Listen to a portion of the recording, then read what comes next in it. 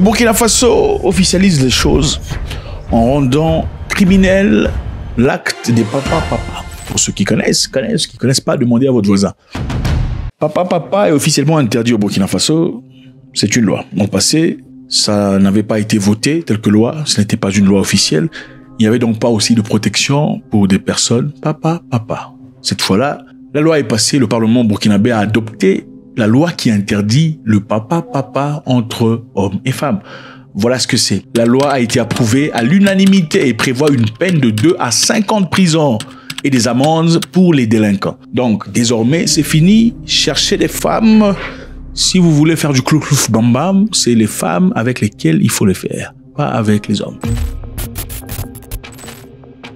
Le Parlement de transition de Burkina Faso a approuvé à l'unanimité une amende au code de la famille du pays qui criminalise le machin. On ne dit pas le nom ici, hein, le papaïsme. La loi qui est entrée en vigueur immédiatement impose des peines de prison de 5 ans et des amendes à ceux qui se livrent à des actes de papa. Okay? Donc voilà ce qui se passe au Burkina Faso. Ont-ils raison ou pas? Vous savez, nous ne sommes pas là pour juger vos décisions. Chacun fait ce qu'il a envie de faire. Je suppose avec ses corps, voilà, tout est parti de son corps et tout le bazar. D'ailleurs, quand vous avez commencé à mettre la bouche là-bas, personne ne vous a entraîné. Je sais pas comment vous avez appris ça. Moi, je sais que les Blancs ont appris aux Noirs comment embrasser, mais mettre la bouche là-bas, je sais pas comment vous avez fait. Comment vous avez fait pour apprendre ça? Ah oui, bon, on dit qu'avant, les Noirs, ils n'embrassaient pas. Les Noirs partaient directement au but, hein, à l'objectif. Directement à l'objectif. Dis, faites ça. Non, voilà. Mais avec le temps, l'homme blanc a appris à l'homme noir comment s'enlacer, il faut utiliser la langue, tout ça. Toi, tu doutes. Regarde, tu es en train de murmurer. Tu doutes. Toi, tu savais ça. Comment vous avez su ça? Bref, au Burkina Faso, non plus, on ne a encouragé personne, on n'a appris à personne comment mettre la bouche de l'autre côté. Donc, autant plus, on peut pas vous décourager à faire ce que vous avez envie de faire. Mais ce qui est important de retenir est que dans chaque lieu où vous partez, il y a des lois et des régulations qu'il faudrait essentiellement respecter. Et nous savons que l'Occident n'est pas tout à fait content par rapport à ça. Okay? On va juger, on va dire des histoires comme on l'a fait au Ghana, comme on l'a fait à l'égard de l'Ouganda. Mais c'est ça. Il faut comprendre qu'en Occident aussi, il y a des lois. Okay? En Afrique, on autorise à certaines personnes qui désirent avoir plusieurs partenaires, c'est-à-dire plusieurs épouses. 2, 3, 4, 5, 6. Okay? Autant on pourrait dire pourquoi vous persécutez les gens en Afrique, tout ça. Pourquoi ceux-là qui ont plusieurs épouses sont persécutés aux États-Unis et en Europe? Ah bah oui, parce que voilà, aux États-Unis et en Europe, c'est criminalisé. Vous pouvez pas aller là-bas, avoir 2, 3, 4, 5...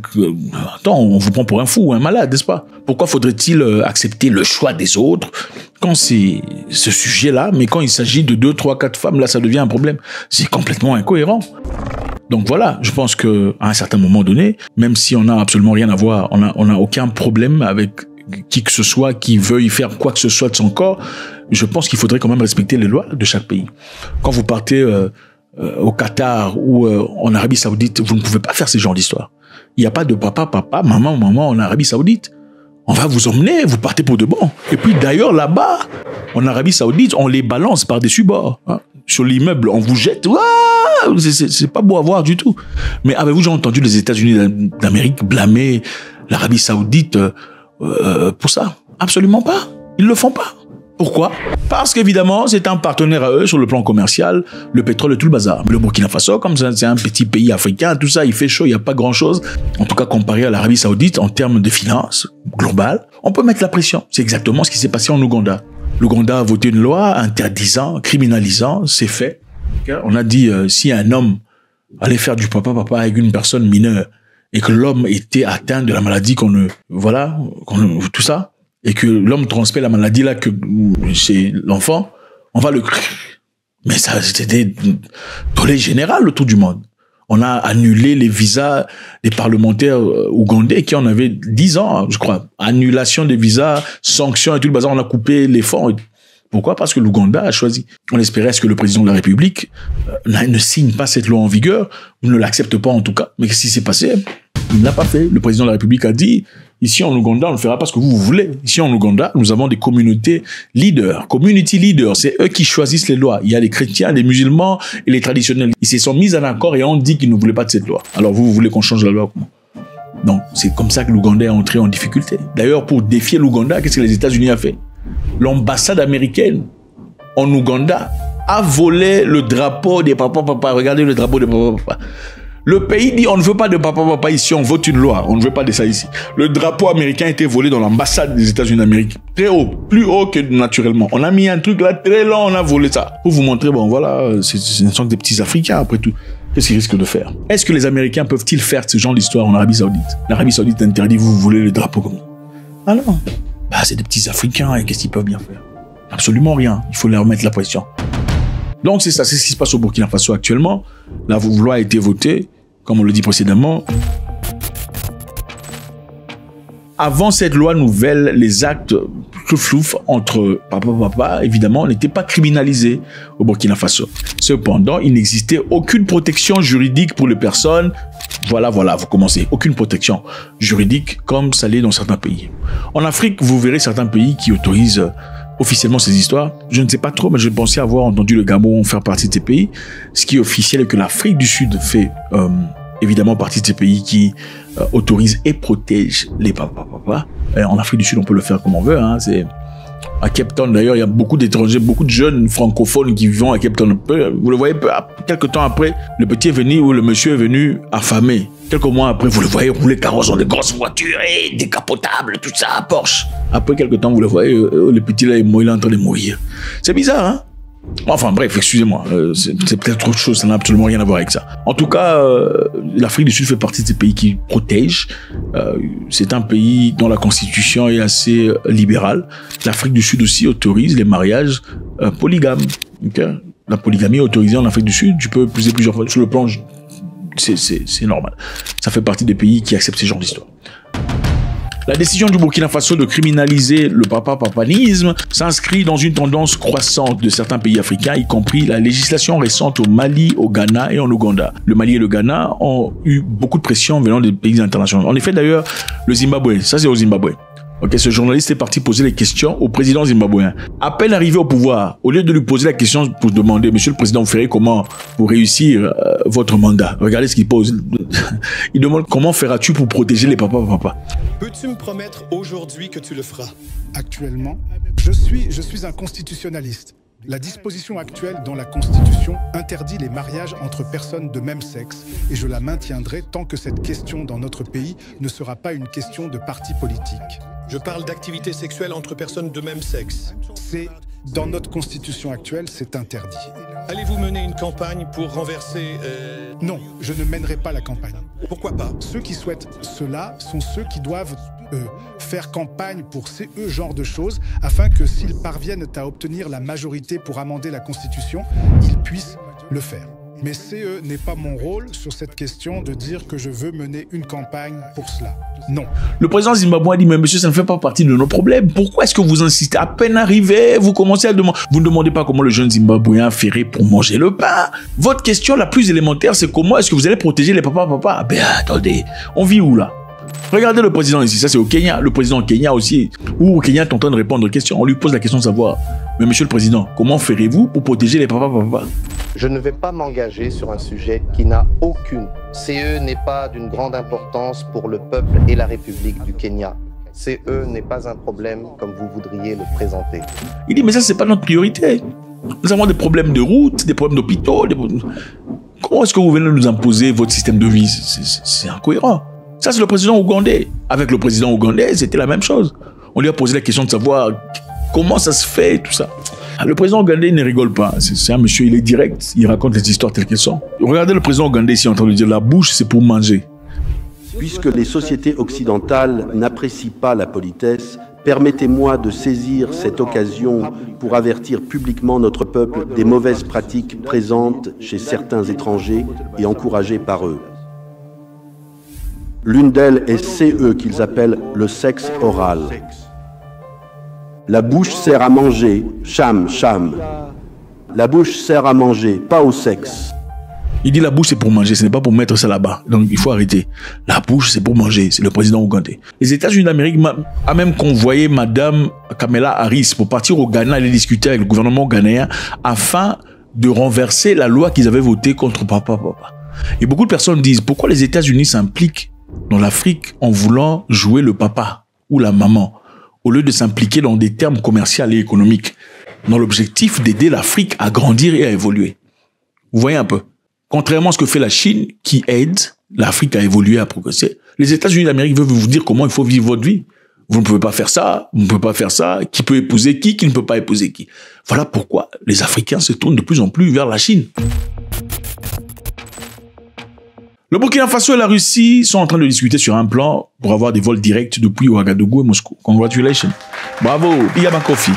Voilà de quoi on parle, ça évolue, ça progresse. L'ambassadeur burkinabé en Russie, Aristide Tapsoba, a déclaré « Nous avons déjà une compagnie russe qui veut lancer les vols directs entre Ouagadougou et Moscou, entre les deux capitales, Mali, du Niger et du Burkina Faso. » Donc Mali, Niger, Burkina Faso à Moscou. C'est très beau à voir. Hein. Félicitations à eux.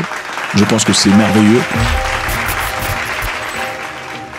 À l'instant même où nous parlons, il a aussi indiqué que plus de 500 personnes doivent se rendre, 500 Burkinabés doivent se rendre à Saint-Pétersbourg en octobre pour faire des travaux dans le domaine de tourisme et de l'économie.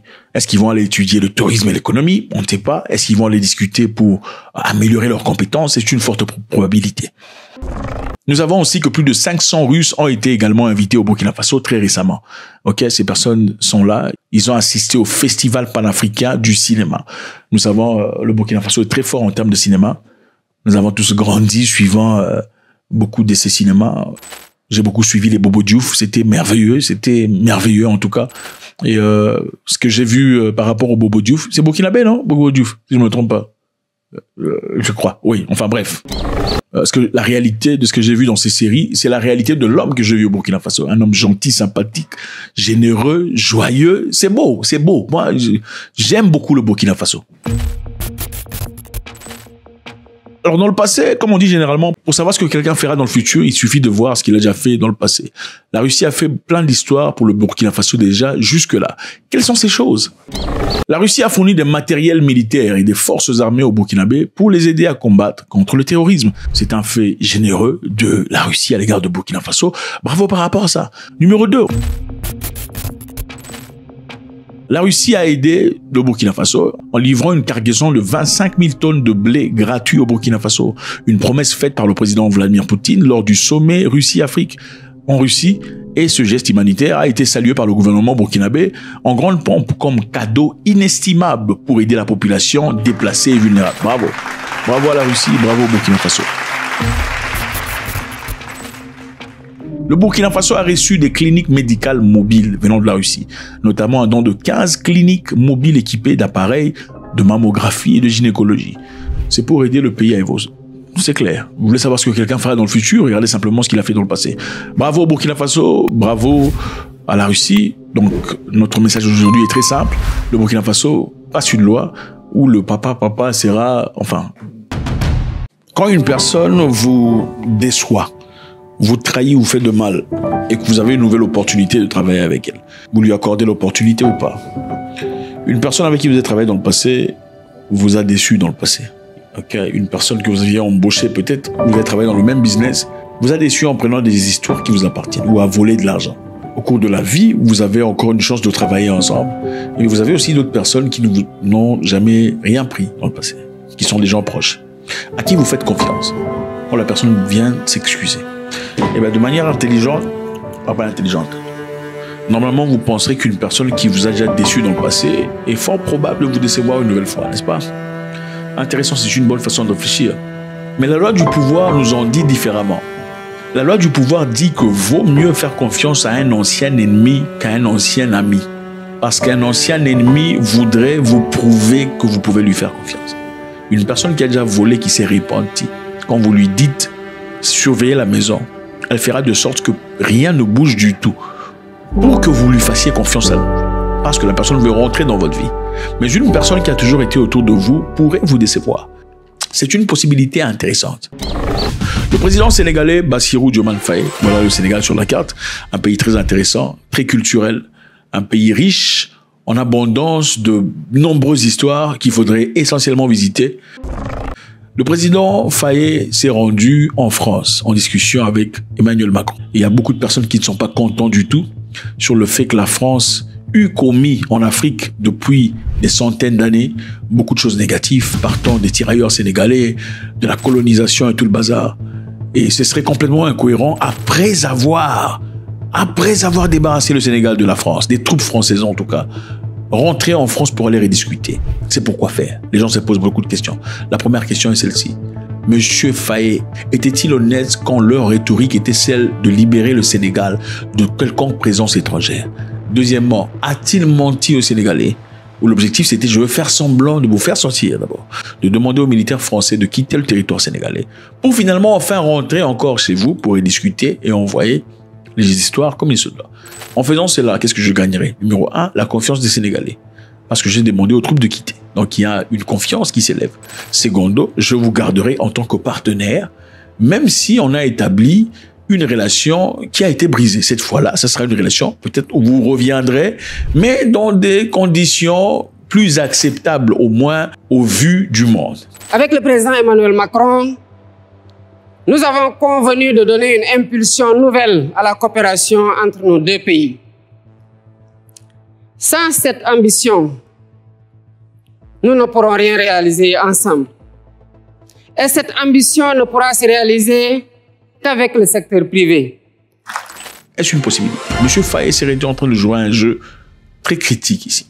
Ce qui est évident, c'est que beaucoup de panafricanistes l'ont beaucoup critiqué. On dit que c'est un vendu, c'est quelqu'un qui ne sait pas ce qu'il est en train de faire. Mais d'autre part, c'est difficile de dire qu'on ne sait pas ce que quelqu'un est en train de faire si on ne comprend pas son modus operandi. D'autre part, M. Bassirou Diomaye Faye serait-il en train de jouer à un jeu plutôt très intelligent? Le président Faye est arrivé au palais de l'Élysée à Paris mercredi où il a été reçu par son homologue français Emmanuel Macron. Les discussions, évidemment, ont été autour d'un petit déjeuner au palais présidentiel où eut lieu quelques semaines après que la France ait fermé ses dernières bases militaires au Sénégal. Les Français avaient leurs bases militaires au Sénégal depuis très longtemps.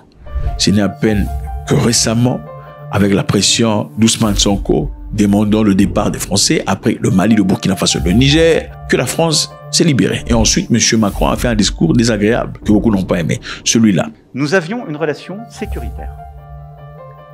Elle était de deux natures en vérité. Il y a une partie, c'était notre engagement contre le terrorisme depuis 2013. On avait raison. Je crois qu'on a oublié de nous dire merci. C'est pas grave, ça viendra avec le temps. L'ingratitude, je suis bien placé pour le savoir, c'est une maladie non transmissible à l'homme. Mais je le dis pour tous les gouvernants africains qui n'ont pas eu le courage vis-à-vis de leurs opinions publiques de le porter, aucun d'entre eux ne serait aujourd'hui avec un pays souverain si l'armée française ne s'était pas déployée dans cette région.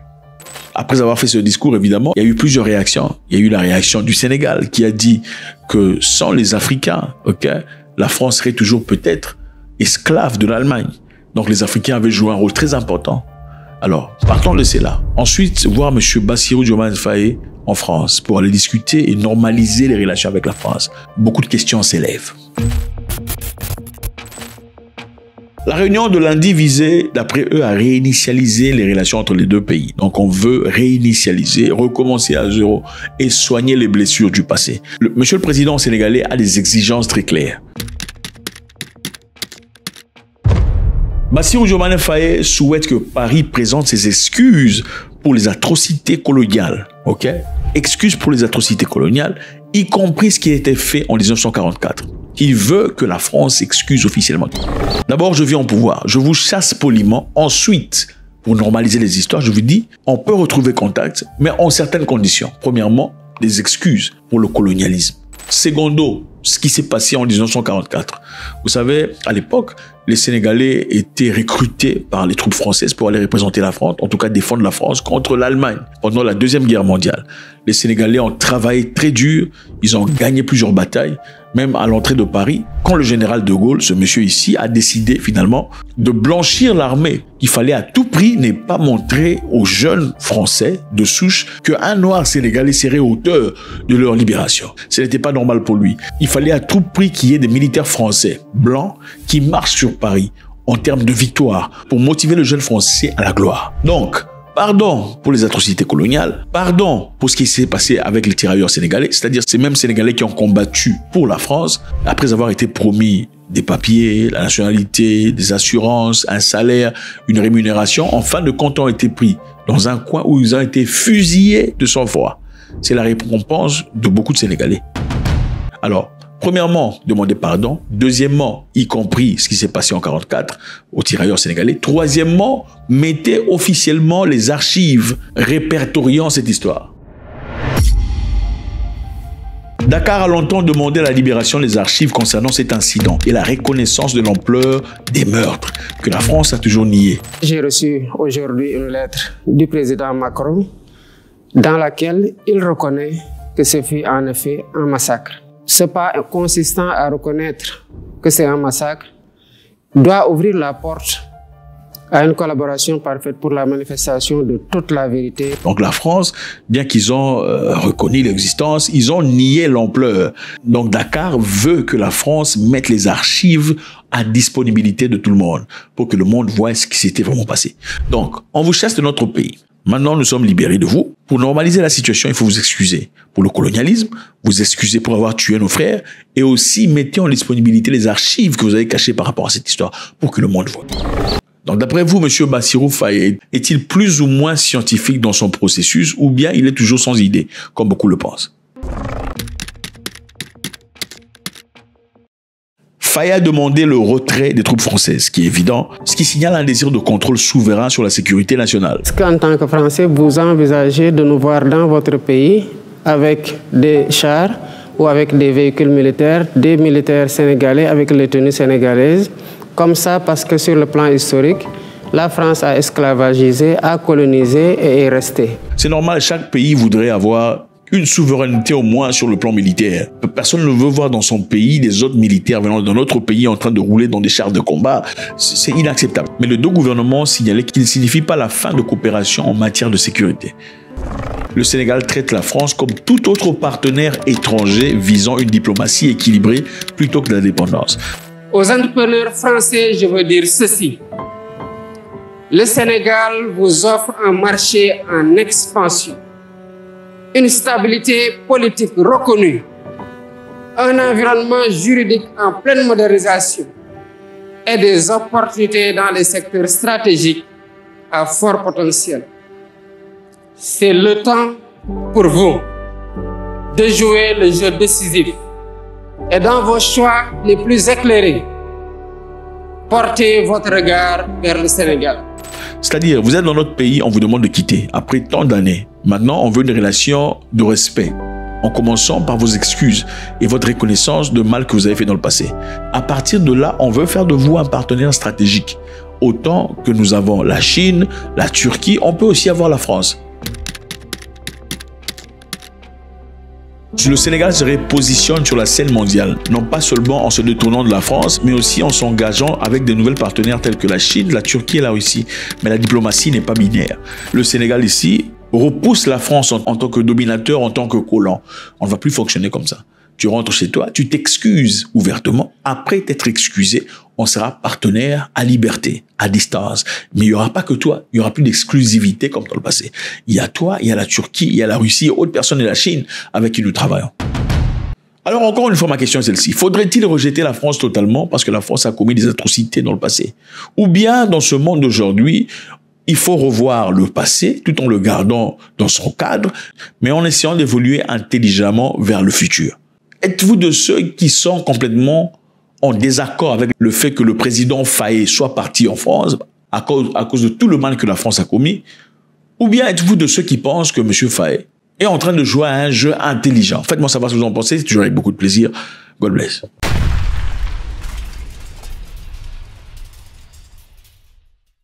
Le Burkina Faso suspend un projet intense de Oncle Gate. Vous connaissez Oncle Gate? Un projet intense des moustiques.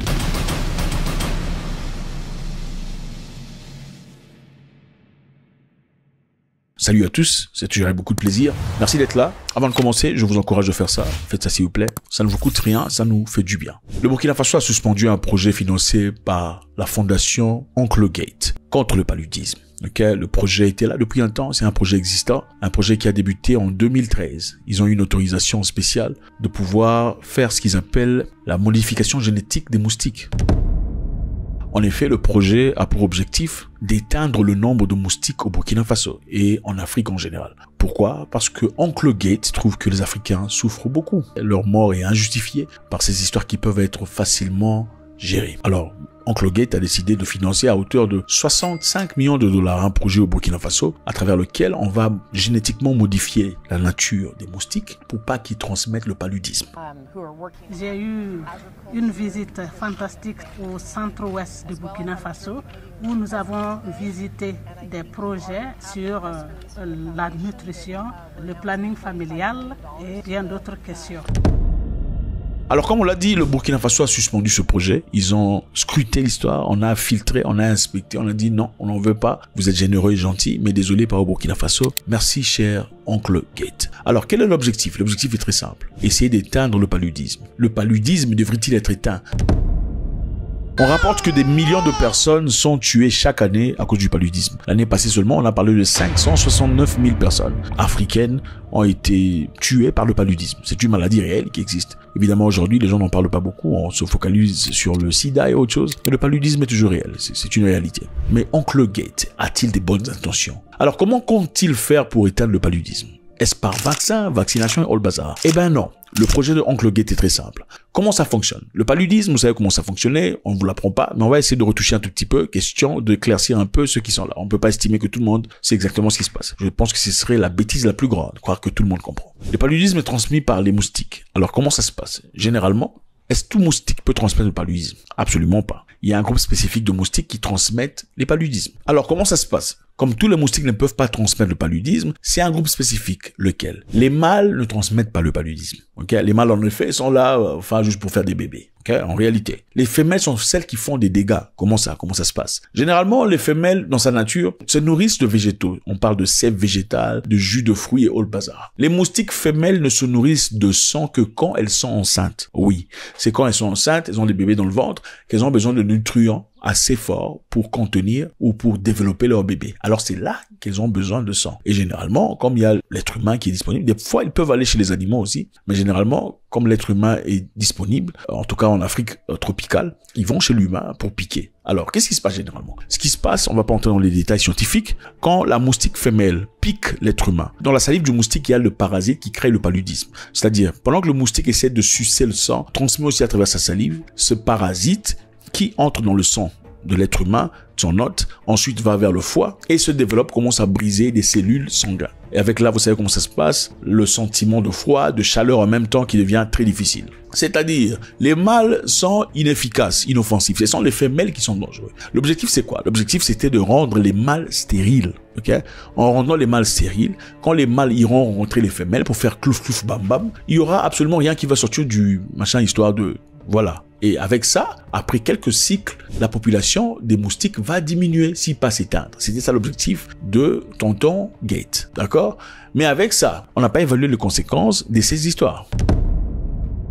Plus de 75 millions de dollars ont été investis au Burkina Faso, au Ghana et en Ouganda. Le financement couvre des recherches, a été financé, les essais sur le terrain et l'engagement réglementaire. C'est-à-dire, pour faire un essai d'une histoire telle que celle-là, okay, pour savoir si vraiment ça fonctionne, il faudrait qu'il y ait des volontaires. Enfin, les volontaires sont pas volontaires gratos, pas en Afrique en tout cas. Pour être volontaire dans une histoire comme ça, il faut se faire payer. Les gens ont besoin d'argent. On appelle quelques villageois qui sont payés et eux, ils sont piqués par des moustiques en outrance dans l'objectif de vérifier que ça fonctionne ou pas. Ok? Il faut vérifier, s'assurer que ça fonctionne. Il faut faire un rapport au bailleur de fonds pour dire, écoutez, 75 personnes se sont fait piquer et voilà les résultats. Autant sont devenus positifs de paludisme et d'autres pas. Donc c'est important de faire un rapport.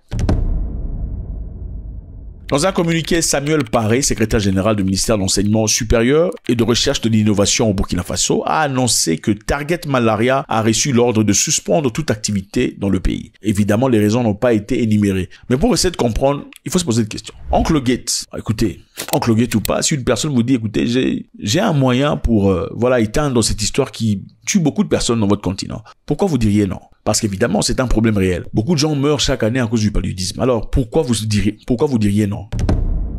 Dans ce cas, on dit non, c'est parce qu'on connaît l'histoire de Oncle Gate. En effet, Oncle Gate, c'est pas la première fois. Le gouvernement burkinabé sait comment il fonctionne. En effet, il est venu en Afrique, il y a de cela quelques temps, pour commencer un programme des noyaux génétiquement modifiés. On parle ici de nourriture génétiquement modifiée. Et avec ça, on parle aussi de seed. Seed, c'est quoi? Seed, c'est des graines des sémences génétiquement modifiées. Pourquoi on a besoin des sémences génétiquement modifiées d'après Oncle Gate? Les sémences que nous avons en Afrique généralement, pour planter les maïs, les maniocs, les avocats et tout le bazar, ne sont pas bien. Les sémences que Dieu a créées pour lui ne sont pas bien. Pourquoi? Parce que ces sémences, quelquefois il arrive qu'il y ait la pluie, le vent, l'orage, le feu, et ça se détruit. Chose qui est tout à fait naturelle. Okay? Quand vous placez une histoire naturelle, devant un fait naturel, dévastateur, ça se détruit, n'est-ce pas? Alors, monsieur Oncle Gate dit non. On peut substituer vos sémences à des sémences qui ont été adaptées, c'est-à-dire des sémences qui peuvent résister à la chaleur, résister au froid, résister à la pluie, à l'orage. Et c'est comme ça qu'ils ont génétiquement modifié ces sémences. Est-ce que vous avez remarqué que dans plusieurs supermarchés, quand vous partez, l'orange est vraiment orange, hein? La pomme est vraiment pommée, verte. C'est bizarre. La fraise est rose. Mais naturellement, ce n'est pas comme ça. C'est parce qu'ils ont été génétiquement modifiés pour devenir vraiment rouge, orange ou vert. Parce que ça attire l'attention de la clientèle. Ça donne envie de manger. Et avec ça, ça multiplie les recettes. C'est comme ça. L'objectif est capitaliste. Alors, Oncle Gate veut présenter des sémences. En Afrique, généralement, c'est fait au Kenya, par exemple, où on a carrément adopté ces sémences génétiquement modifiées dans l'objectif de pouvoir combattre l'orage, la chaleur et tout le bazar qu'ils avaient à confronter l'autre fois. Regardez ce monsieur ici, un sénateur kenyan en train de défendre monsieur Gate, disant les blancs ont mangé le pain génétiquement modifié depuis tout ce temps, ils sont pas morts. Pourquoi vous avez peur? Suivez. And because there's so many things competing for death, there's nothing wrong with adding GMO to that list. That is why we have deliberately decided to allow GMOs into this country. Tomorrow I am signing a gazette notice to allow for importation of up to 10 million bags of maize. Alors, quand vous écoutez ça vous dit, écoutez, il y a une personne qui veut nous trouver une solution par rapport à nos sémences qui sont détruites. Pourquoi pas? Mais en réalité, il y a un problème. On dit, you must despise a free lunch. C'est-à-dire, il faut mépriser un lunch gratuit. La loi du pouvoir dit, il faut mépriser le lunch gratuit. Quand on vous donne un lunch gratuit, il faut vous poser la question, c'est pourquoi on te donne un lunch gratuit? Oh, je vais payer. C'est pourquoi on va payer, il faut demander. Écoutez, tu vas payer. Je vais payer pour tout le monde. Pourquoi tu veux payer pour tout le monde? Moi, j'ai mon argent dans la poche. Je vais payer pour tout le monde pour vous dominer. C'est ça. Il faut refuser qu'on paye pour vous. Refusez. Vous avez peu d'argent, dépensez votre argent. Gardez l'honneur. La main qui donne est toujours au-dessus de celle qui reçoit. C'est ça, dans la vie. Ça commence dans le spirituel. Avez-vous déjà résisté à une personne qui vous paye la nourriture? Même quand vous essayez de le faire, vous savez comment ça donne? Ah, il vous nourrit. Ok? Il y a des gens qui vous payent à manger, ils payent votre plat. Pendant que vous sortez manger, il va raconter aux gens en disant, ah, moi je l'ai nourri, ce gars. Oui, c'est ça. Il faut refuser le lunch gratuit. Alors, quand vous inspectez cette histoire pour essayer de comprendre, les seeds et les sémences génétiquement modifiées, comment ça fonctionne? Apparemment, c'est bien, ça vous aide à garder de l'argent, à ne pas perdre votre sémence et tout le bazar. Mais qu'est-ce qui se passe généralement? Prenons l'exemple des maïs, ok? Vous plantez vos maïs, ou prenons peut-être l'exemple des avocats, c'est plus pratique. Vous plantez vos avocats, n'est-ce pas? Vous avez votre plantation d'avocats et vous revendez dans le marché. Qu'est-ce qui se passe généralement? Vous plantez les avocats, quand ça grandit, ça produit des fruits, vous prenez vos fruits, vous revendez, vous mangez certains fruits, et vous prenez les noyaux, vous replantez, n'est-ce pas? Ainsi de suite. Et ceci est valide avec beaucoup de fruits et beaucoup de produits. Donc, vous pouvez reprendre votre sémence, votre noyau, replacer sur terre et recommencer le cycle. Mais avec les produits génétiquement modifiés, ce n'est pas valide. Qu'est-ce qui se passe? Vous produisez une fois, dès que vous avez vos avocats, si vous prenez les noyaux pour replanter, ça ne pousse pas. Parce que ça a été génétiquement modifié. Qu'est-ce qu'il faut faire? Il faut rentrer chez Tonton Gate ou aller voir ses amis et contributeurs pour aller acheter. C'est-à-dire, monsieur Tonton Gate qui était venu au départ comme sauveur, comme machin histoire, finalement vous transforme, vous sort de l'état naturel d'où vous étiez, bénéficiant des éléments venant du créateur et vous donne des éléments qui ont été génétiquement modifiés et vous transforme en subscriber, follower. Vous êtes souscrit à son programme. C'est-à-dire, c'est lui qui décide si vous allez planter ou pas. Donc, si vous ouvrez la bouche, il refuse de vous donner les sémences. Vous faites quoi? Et ces pays, nous parlons ici du Kenya et la Tanzanie. D'ailleurs, il y a une loi qui a déjà été votée dans ces deux pays. Disons, si vous prenez vos sémences, vous donnez aux voisins, ok, comme cadeau, vous allez en prison. Si vous n'allez pas en prison, vous payez $20 à hauteur de $20 pour sortir. C'est ça le programme de Tonton Gate. Donc, avec le temps, il veut généraliser ce système. Petit à petit, éteindre le système naturel qui a été établi par le créateur. C'est ça l'objectif. Pourquoi ils veulent commercialiser de sorte à ce qu'ils aient, vous comprenez, l'autorité sur le manger de tout le monde. C'est eux qui contrôlent la bouffe. C'est eux qui contrôlent la chaîne alimentaire, en fin de compte. C'est-à-dire, le danger est celui-ci. Il n'y a pas que le fait qu'on puisse changer des sémences. Il y a aussi le fait que même si vous décidez de garder vos sémences naturelles, si votre voisin a des sémences génétiquement modifiées, qu'est-ce qui se passerait dans ce cas? Ce qui se passerait, c'est la contamination. Comment ça? Les sémences de votre voisin qui ont été génétiquement modifiées, il y a la polarisation. Les pollens qui quittent sa sémence et vend dans ton champ à toi, transforme l'état nature sur le plan génétique, c'est-à-dire, en fin de compte, même si tu as protégé tes plantes à toi, pour pas que tu insères quoi que ce soit de non naturel. La sémence du voisin, si tu es dans le périmètre, dans le parage, en fin de compte, va empoisonner, si pas contaminer ta sémence. Donc, ta sémence sera une sémence zombie. Et en fin de compte, tu seras plus capable, même toi-même, de pouvoir replanter les produits que tu as. Il faudra partir chez monsieur Tonton Gates, parce qu'il a l'amour pour les Africains. Ok, ça fait partie des controversies, des choses inacceptables par beaucoup de personnes en tout cas, qui ont été faites dans le passé. Et beaucoup de personnes estiment, ce sont les raisons pour lesquelles, l'une des raisons en tout cas pour lesquelles le Burkina Faso rejette fermement ces histoires. La fondation de Tonton Gates, principal bailleur de fonds de Target Malaria, a déjà été au centre de polémiques concernant certaines de ses initiatives. Des groupes de défense l'accusent de promouvoir la culture génétiquement modifiée et les modèles agricoles industriels qui bénéficient aux grandes entreprises tout en marginalisant les petits agriculteurs. Bon, maintenant, on peut parler comme on veut, mais je voulais jeter un coup d'œil, puisque je ne suis pas un expert en agriculture, sur ce que pense l'intelligence artificielle par rapport à l'amour de Tonton Gates, n'est-ce pas? Alors, quels sont les potentiels risques de ce que monsieur Tonton est en train de faire par rapport aux moustiques? ChatGPT parle de conséquences écologiques imprévues. Donc, il y a des possibilités que les moustiques changent. ChatGPT dit que les moustiques font partie des réseaux alimentaires complexes. Leur suppression ou modification pourrait impacter les prédateurs comme chauves-souris, oiseaux et autres espèces. C'est-à-dire, généralement, des fois, on pense que certains animaux ou certains insectes ou certaines histoires sont sur Terre pour rien. En réalité, ce n'est pas vrai. Les abeilles, par exemple, vous voyez les abeilles passer. J'ai vu une personne en Afrique dire pourquoi les abeilles existent, pourquoi Dieu a créé les abeilles. Vraiment, c'était quelle invention? Parce qu'il avait été piqué. Ne comprenons pas comment l'écosystème, comment l'agriculture même fonctionne, comment les choses grandissent, croissent grâce aux abeilles. L'abeille joue un rôle très important. Si vous tuez les abeilles, on va mourir très vite. Beaucoup de gens ne le savent pas. Allez faire vos propres recherches pour comprendre combien l'abeille est très importante. C'est vrai, il m'est arrivé aussi à moi de me poser des questions de savoir, les moustiques, ça existe pourquoi en fait? Mais en réalité, ChatGPT dit à une raison évidente, si vous changez, altérez la nature de ces moustiques, que le monde subisse des conséquences graves. ChatGPT pense que la modification génétique pourrait se répandre au-delà des espèces ou des zones ciblées avec effet irréversible et imprévisible. C'est-à-dire, ces moustiques, leur nature va changer. Et leur nature changera, pas seulement avec eux, ça changera avec autre chose. Mais vous ne savez pas jusqu'à où ça va changer. Et qu'est-ce qu'il y aura comme conséquence?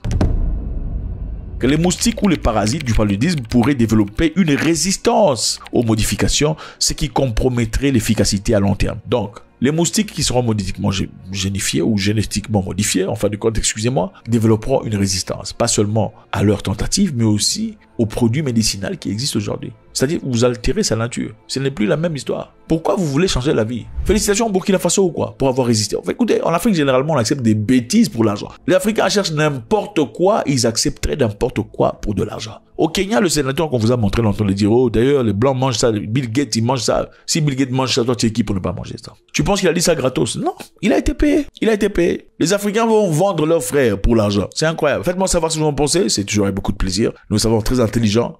Est-ce que vous pensez que le Burkina Faso est en train de faire quelque chose de très important ici? Ou bien ils sont simplement en train de renvoyer loin d'eux une belle opportunité qui leur a été présentée par une personne philanthrope? Ursula von der Leyen. Vous connaissez la maman là? Vous la connaissez? La maman là qui aime trop la guerre, tout ça. Elle aime trop la guerre, cette maman. Son avion est presque tombé, hein, Madame Ursula von der Leyen. Pourquoi? Parce que son système de navigation était brouillé. Ils n'arrivaient pas à naviguer correctement. En route vers la Bulgarie, son avion a eu des problèmes en l'air. Ils ont failli tomber. Ils étaient obligés de faire usage de quoi? Des cartes en papier parce que le système de navigation était brouillé. Alors qu'est-ce qu'ils accusent? Ils accusent la Russie. Ouais, évidemment, les amis, l'Union européenne accuse la Russie de vouloir faire tomber Madame Ursula von der Leyen. On va essayer de voir pourquoi, quelle probabilité, quelle cause, pourquoi on voudrait faire tomber von der Leyen. L'Union européenne elle-même vient de dire qu'ils sont contre ce qui vient de se passer. En effet, ils disent, nous pouvons effectivement confirmer qu'il y a eu brouillage de GPS, mais l'avion a atterri en toute sécurité en Bulgarie. Nous avons reçu des informations des autorités bulgares selon lesquelles elles soupçonnent une interférence flagrante de la part de la Russie, a déclaré Ariana Podesta, porte-parole de la Commission européenne lors d'une conférence de presse à Bruxelles. Nous sommes bien sûr conscients et habitués d'une certaine manière aux menaces et aux intimidations qui sont une composante régulière du comportement hostile de la Russie. Bien sûr, cela ne fera que renforcer encore davantage notre engagement inébranlable à renforcer nos capacités de défense et à soutenir l'Ukraine. Donc, M. Poutine essaie de tuer Ursula. Bon, enfin, ils n'ont pas voulu. S'ils voulaient vraiment tuer, ils auraient fait ça c'est clair. Mais bon, il fallait peut-être la bouger un tout petit peu, question de voir quel est son niveau de résistance. Parce que bon, madame a pour habitude de dire des choses chaudes à l'égard de M. Poutine. Elle se gêne pas, il l'appelle tyran, c'est un barbare et tout le bazar. Est-ce que les Russes essaient un peu de la bouger un peu? Question de voir.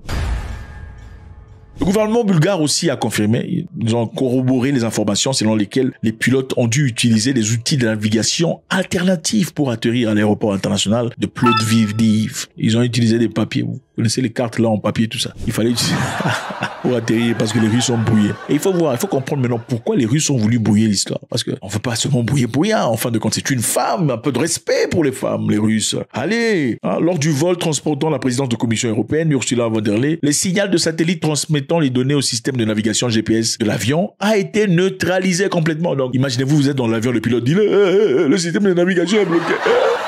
Seigneur. Au secours, au secours. Voilà, vous commencez à vous excuser de vos péchés, tout le bazar. Madame von der Leyen, quand une femme parle de manière très violente, on oublie que c'est une femme, malheureusement. Elle a dit plusieurs choses dures à l'égard de la Russie et M. Poutine. On va essayer de voir qu'est-ce qu'elle a dû dans le passé. Ça pourrait peut-être justifier les raisons pour lesquelles les Russes ont un peu bougé son histoire là. Madame von der Leyen, celle-là. Trop chaude, il faut armer l'Ukraine, il faut détruire les... Enfin bref, voilà un peu ce qu'elle a dit. Les risques au sujet de la Russie dont l'Estonie nous a longtemps mis en garde se sont maintenant matérialisés. Nous voyons la guerre brutale menée par la Russie contre l'Ukraine et il est très évident, comme vous en faites l'expérience chaque jour, que Poutine ne s'arrêtera pas. Et c'est pourquoi il est si crucial et primordial que nous soyons cohérents dans notre soutien, un soutien indéfectible à l'Ukraine, et que nous prenions soin de notre propre posture de défense. Elle a dit il s'agit d'un affrontement entre l'état de droit et la loi du plus fort, entre les démocrates et les autocrates, entre un ordre fondé sur les règles et un monde d'agression brute. Là, elle s'est adressée à ses amis, parlant de la Russie et de M. Poutine. Elle a aussi parlé directement à propos de Poutine. Voilà ce qu'elle a dit. Poutine ne peut être digne de confiance. Il ne peut qu'être dissuadé. Voilà son discours. On ne peut pas négocier avec Poutine. Il n'est pas digne de confiance. Il faut le bombarder. Alors, Madame von der Leyen, elle est partie faire quoi en Bulgarie? Il faut se poser la question. Peut-être qu'il y a une raison. Il faut investiguer pour comprendre si l'avion était véritablement bougé par les Russes. Il y avoir une raison. Quelles sont les raisons? Qu'est-ce qu'elle est partie faire en Bulgarie? Pour l'interrogation. Elle est partie rencontrer le Premier ministre bulgare pour aller discuter. Ils sont partis parler de quoi? Pour l'interrogation. Gardez à cœur ici que la Bulgarie n'est pas tout à fait pro-russe à l'instant. VMZ Sopot, évidemment, est la principale entreprise publique de défense du pays. La plus grande usine de munitions. Donc, madame ici, d'où ce que vous voyez, elle est partie rencontrer les chefs de l'usine des munitions en Bulgarie. Et c'est la Bulgarie qui donne le clair des munitions à l'Ukraine. Elle est partie rencontrer l'entreprise là pour dire quoi? Pour l'interrogation. Elle a annoncé les plans d'investissement de l'Union européenne pour augmenter la production des munitions, moderniser les installations et construire une nouvelle usine de poudre avec la création attendue de 1000 emplois. Création d'une usine de poudre à canon, poudre à feu, poudre pour fusil. Ok? Investissement pour créer une usine de poudre pour fusil et avec ça aussi créer 1000 emplois. Est-ce que vous pensez que Poutine sera content avec ça? Elle a souligné le rôle crucial de la Bulgarie dans le soutien à l'Ukraine, notant qu'un tiers des armes utilisées en Ukraine proviennent de la Bulgarie. Donc c'est la Bulgarie qui finance matériellement l'Ukraine. Son message était clair, madame. L'Europe doit être prête à se défendre car l'économie militaire de Poutine ne montre aucun signe de ralentissement. Donc, comme vous le voyez évidemment, madame, sa visite n'est pas symbolique, c'est un geste tactique de solidarité et une poussée vers une intégration plus profonde en matière de défense. Alors il fallait la bouger un peu pour qu'elle s'entende. On ne rigole pas avec les russophones et tout le bazar. Maintenant, nous allons en Ouganda. L'Ouganda, c'est ici. La carte, c'est un endroit très intéressant. Si vous n'avez jamais été, je vous encourage vivement. On ne peut savoir si on est bête, si on ne vit qu'avec des gens bêtes. Autrefois, on disait, on ne peut savoir où on se situe dans la vie si on a pour élément les comparaisons des gens comme soi ou des gens plus abrutis que soi. Des fois, on se perçoit très intelligent parce qu'on vit avec des abrutis. Il est quelquefois essentiel d'aller ailleurs, aller visiter un autre pays différent, où on ne parle pas français et autre chose. Allez là-bas pour voir. Les Ougandais sont des gens tirés sur le volet, des gens qui étudient, des gens forts intellectuellement, des gens productifs. L'Ouganda est très intéressant. C'est un pays très intéressant. Je vous encourage vivement. C'est un pays sécurisé. En tout cas, pour la grande majorité, les faits vous y passerez un moment très agréable. Alors en Ouganda, les gens sont très en colère. Pas en Ouganda, évidemment, les panafricanistes ne sont pas du tout contents. Pourquoi? Parce que monsieur le président ougandais a accepté de recevoir des refoulés aux États-Unis d'Amérique. Donc, des gens qui sont refoulés par Donald Trump seront désormais acceptés par l'Ouganda. Et le président ougandais a spécifié qu'il préférait des refoulés africains. Donc, envoyez-moi tous les Africains. Moi, je veux les Africains. Les Africains ne sont pas contents du tout. Comment ça se fait qu'il peut faire ça? Est-ce une trahison pour la cause africaine? Est-ce un traître? Comment peut-il accepter ces histoires? Je pense qu'il est essentiel de rappeler que l'une des raisons pour lesquelles nombreux Africains vont ailleurs, ce n'est pas pour rentrer chez eux à la maison. Ça, c'est évident. Nombreux partent aux États-Unis, en Europe, dans l'objectif d'y rester, espérant pouvoir amasser une manne, de rentrer au pays étant riche, ou en tout cas financièrement établi, dans l'objectif de faire vivre à leur famille une vie nimbée de bonheur. Mais la réalité est toutefois très différente de cela. Pourquoi? Parce que la majorité des gens qui vont en Europe, malheureusement, ne rentrent pas, il faut le dire. Il y a des gens qui sont en Europe depuis 30 ans. Pourquoi? Parce qu'ils attendent avoir cette manne financière qui pourrait finalement leur permettre de rentrer à la maison et bâtir des immeubles. Alors on te considère comme échec de la famille, n'est-ce pas? Et voilà, il y a ce sentiment-là, plus profond qu'on ne dit pas, qui pousse nombreux à rester. Autant mieux rester ici au Canada, personne ne me verra, on ne me jugera pas dans ma petite chambre, studio, machin, histoire que de rentrer là-bas et ça sera clair et évident. Parce que quand tu rentres à la maison, après 2, 3, 4 jours, on veut quand même voir des actions. Il faut la peinture, il faut tout ça. Si ça n'entre pas, il y a une nouvelle voiture, tout ça, monsieur a échoué dans la vie. Les parents aussi seront brisés dans leur cœur. Autant mieux que les parents pensent, estiment, réfléchissent en pensant que tu as réussi dans la vie, mais tu as quelques difficultés de papier, que de savoir que tu as en effet pas réussi comme ils s'attendaient à ton retour. Puisque tout parent africain, généralement, quand vous rentrez, on s'attend à ce que vous ayez les moyens. C'est ça, ce mensonge que quelqu'un a créé quelque part. Je ne sais pas qui a commencé cette histoire que quand vous partez en Europe, en rentrant, vous devenez riche. Alors, la sortie des Africains qui ne sont pas acceptés. C'est-à-dire, si vous êtes criminel aux États-Unis d'Amérique, on vous balance en Ouganda. Si vous êtes rejeté, donc asylum seeker, demande d'asile refusé, on vous balance en Ouganda. Est-ce que monsieur l'Ougandais est traître pour avoir fait ça? Je me rappelle que c'est un monsieur très intéressant qui a dit dans le passé que la bouche c'était pour manger. Hein. Écoutez ce qu'il a à dire. Puisque les sociétés occidentales n'apprécient pas la politesse, permettez-moi de saisir cette occasion pour avertir publiquement notre peuple des mauvaises pratiques présentes chez certains étrangers et encouragées par eux. Une d'elles est CE qu'ils appellent le sexe oral. La bouche sert à manger, cham, cham. La bouche sert à manger, pas au sexe. Nous connaissons l'endroit destiné au sexe. Nous savons où se pratique le sexe. La bouche, c'est pour manger. Il faut vous servir de votre bouche pour manger, pas pour mettre ça entre les jambes de quelqu'un. C'est ce qu'il dit là. La bouche, c'est pour manger, monsieur le président, il a dit. Alors, ce n'est pas le premier à le faire. Il y a aussi le président rwandais, dans le passé, qui a accepté quelque chose de très similaire avec la Grande-Bretagne. La Grande-Bretagne finançait le Rwanda à hauteur de plusieurs centaines de millions de dollars pour construire des immeubles, des appartements, afin d'accueillir les immigrés, les illégaux qui partaient en Grande-Bretagne à l'époque. L'objectif, c'était de rediriger ces personnes au lieu de rester sur la terre britannique, où évidemment, ils dépenseront l'argent du contribuable à hauteur de 20 millions de dollars par jour, évidemment pour nourrir les réfugiés. Vous partez pas chez vos pays voisins parce que là-bas on vous donnera rien, vous le savez, c'est évident. On préfère aller en Grande-Bretagne parce qu'il y a un système social, qu'on abuse d'ailleurs, en fin de compte on ne veut pas payer les taxes. Ne comprenons pas que c'est à cause des taxes qu'on paye chaque jour qu'on est à mesure de pouvoir créer un système où on reçoit de l'argent à la fin du mois à cause du simple fait qu'on est tombé enceinte de son propre choix, où le gouvernement n'était même pas là présent. Quand vous avez eu vos sentiments là, c'est ça. On aime faire ça chez les Blancs parce qu'on sait, écoutez, les Africains savent que le blanc est doux. Il faut arrêter les bêtises. Vous savez que le blanc est doux parce que les bêtises là, vous ne ferez pas ça chez un autre pays africain. Pourquoi vous ne partez pas dans un pays africain, ou en Zambie et au Zimbabwe? Vous partez seulement chez les autres. Là, il y a un système social où, oui, il faut le retenir. Écoutez, il faut arrêter. Autant on peut crier au racisme, le bazar. On sait quand on parle en Grande-Bretagne, vous êtes installé, vous créez une histoire là à dormir debout. Quand vous avez été poursuivi, votre famille est en danger, tout le bazar, on vous prend, on vous place, on vous donne une maison, vous payez pas. Si vous payez, en tout cas, vous payez très peu. Et ça vous permet de pouvoir recevoir des histoires venant du gouvernement, tout le bazar. C'est comme ça. C'est de la manipulation. C'est incroyable. C'est inacceptable. Bref, donc les gens sont très en colère. Les gens sont très en colère à cause du président ougandais. Ont-ils raison d'avoir ce sentiment ou pas? Faudrait-il rentrer en Afrique pour améliorer son pays? Si ce n'est pas son pays, on pourrait comprendre certains pays sont vraiment des républiques bananières qui ne servent pas à grand-chose. On peut payer dans un pays voisin, un pays africain voisin où les choses avancent et progressent.